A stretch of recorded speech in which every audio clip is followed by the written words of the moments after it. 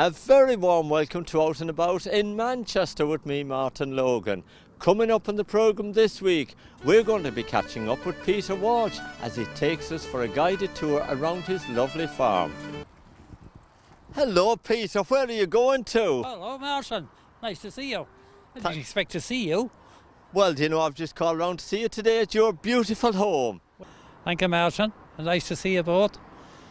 And where are you going to on the bicycle? I've got to take this hen up the lane now to the next farm up. And the rest of it you'll have to use your own discretion.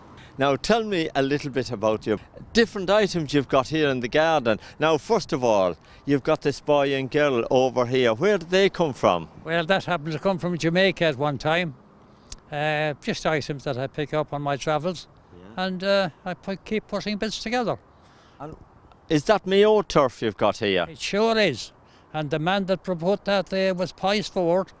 I asked him to get me some turf and he wanted to bring me a nest cart full. I said, no, I only want some turf. And the beauty of that turf is, you know, that it doesn't smoke when you light it. So it's what they call friendly. Okay. So it's serving two purposes. Okay.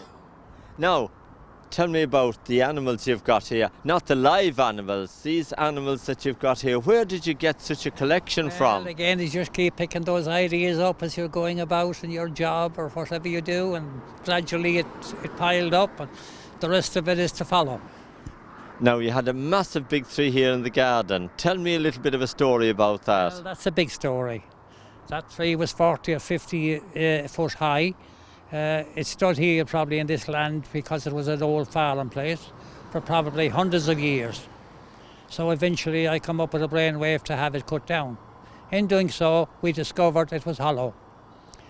The rest of that was that we then decided to have a carving of the face on the front. And then I got another idea that I would do a grotto down below, and I can remove part of that and I can go inside that tree and come right out at the top through a glass dome.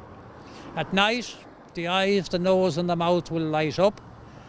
Down below in the grotto, I have a lighting system that changes colours, green, white and gold every 3 seconds.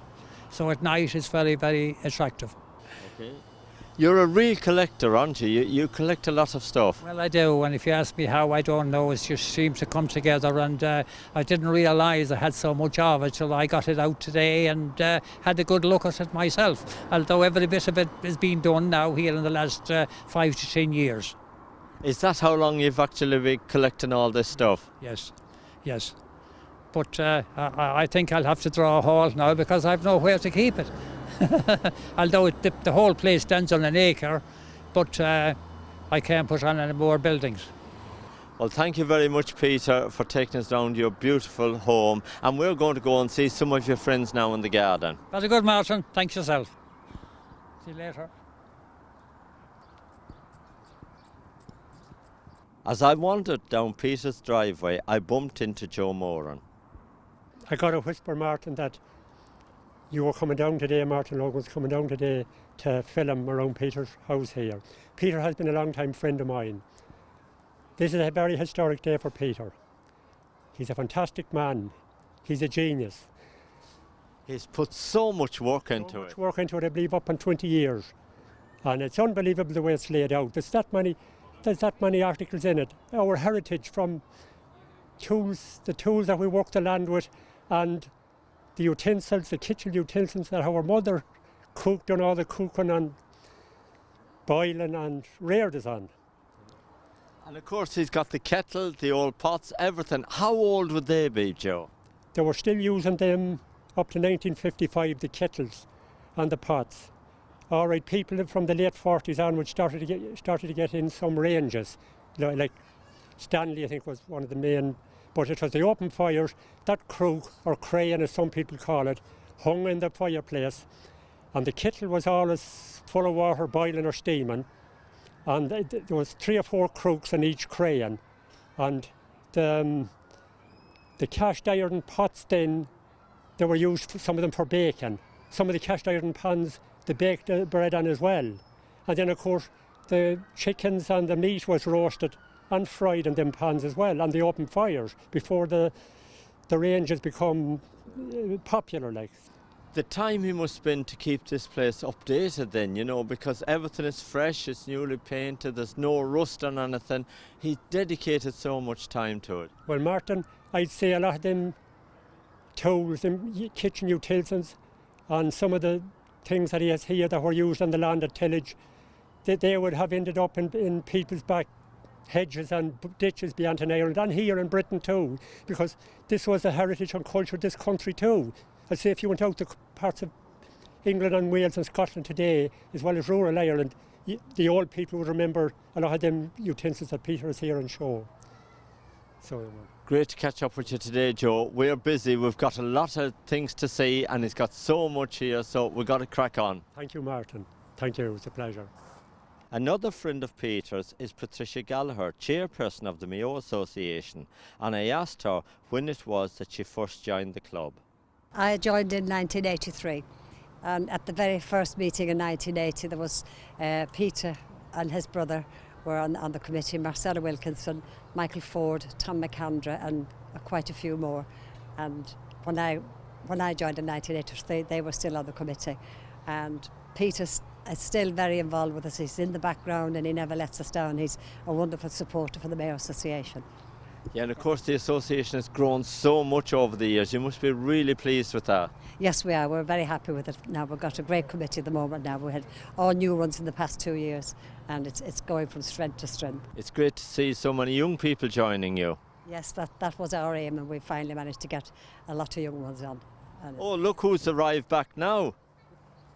Hello, Peter. Where have you been? Hello again, Martin. The last time I saw you were off somewhere with a hen. Yes, that's correct. I've done my job. You got the business done? The duty. Okay. Correct. Now we'll wait for the little chicks to come along. Patricia was just telling me that you were one of the first members of the Mayo Association here in Manchester. That is correct. And we started off the Mayo Association on the very same way that I started here, from nothing. Well, great work. Keep up the good work, you two. Now, last week we went for a guided tour around Peter Walsh's farm, and we're going to revisit that this week. And I'm catching up with his son-in-law, James Kine, and I asked him how much work has gone into the place.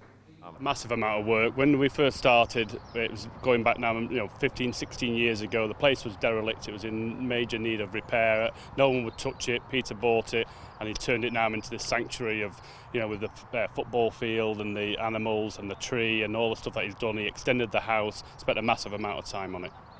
All this work to me looks like a hobby, but I'm sure it's really hard work. It is very hard work. The amount of hours he spends onto it, many a time you'll see him in the garden at 10 o'clock at night finishing off, tidying around, doing all the trimming, all the hedges, everything's so neatly done. Now he's put so much work into this tree and he's told me so many stories about this big tree he's cut down here in the garden. Can you enlighten me a bit about the tree? Well, the tree itself was in danger of falling down and we decided that what we'd do, we'd cut it down, and when we knocked it down, we found then that it was hollow inside, so that he decided then that he'd make it into a bit of a grotto for some people to come and visit if needs be, and he's made it now into a beautiful shrine to Our Lady. And he's going to keep adding to this, I can tell. Oh yeah, over the years we've just added on, like all the stuff he's done, all the tools he's made, all the stuff that he's repaired and brought back to life that were gone and been put in a tip. He's recycled it all, so it's very good. Bernie, of course, you've been a friend of Peter's for a long time. Yeah, I've known Peter for a long time and he's always there in the background. He's a quiet man but there for every charity going. Anytime I did a dance, an event or anything, you could always rely on Peter being there with Eddie Kiley at the bar, bringing the friends and putting their hands in the pocket and supporting anything I did. So the wonderful friend. Yeah. I could imagine it would be the type of house you could come to, get the kettle on and have a nice cup of tea. Absolutely, always the kettle on and very welcoming to everybody. Glad to see people. And it's a great house to come to because it's just so interesting. I think all this keeps him going. He's got such an interest in it. It definitely keeps him going, and he restored a bench for me which came from the old Irish Centre in Sheetham Hill, and when it closed I said I'm taking that bench. I did. Thankfully Martin Tarpey got his truck, took it to my house, and Peter Walsh spent months on it, didn't he, restoring it. And if you saw it now, it's to what it looks like, unbelievable. And the bench comes from St Michael's Church in Ancoats, and that is where the Italian Walks is starting on Sunday, so it's got massive history with Manchester. So, and thanks to Peter, it's there in my garden. Great to meet you both here today. Thanks, Martin. Thanks very much indeed. Okay, For thanks. coming. Cheers.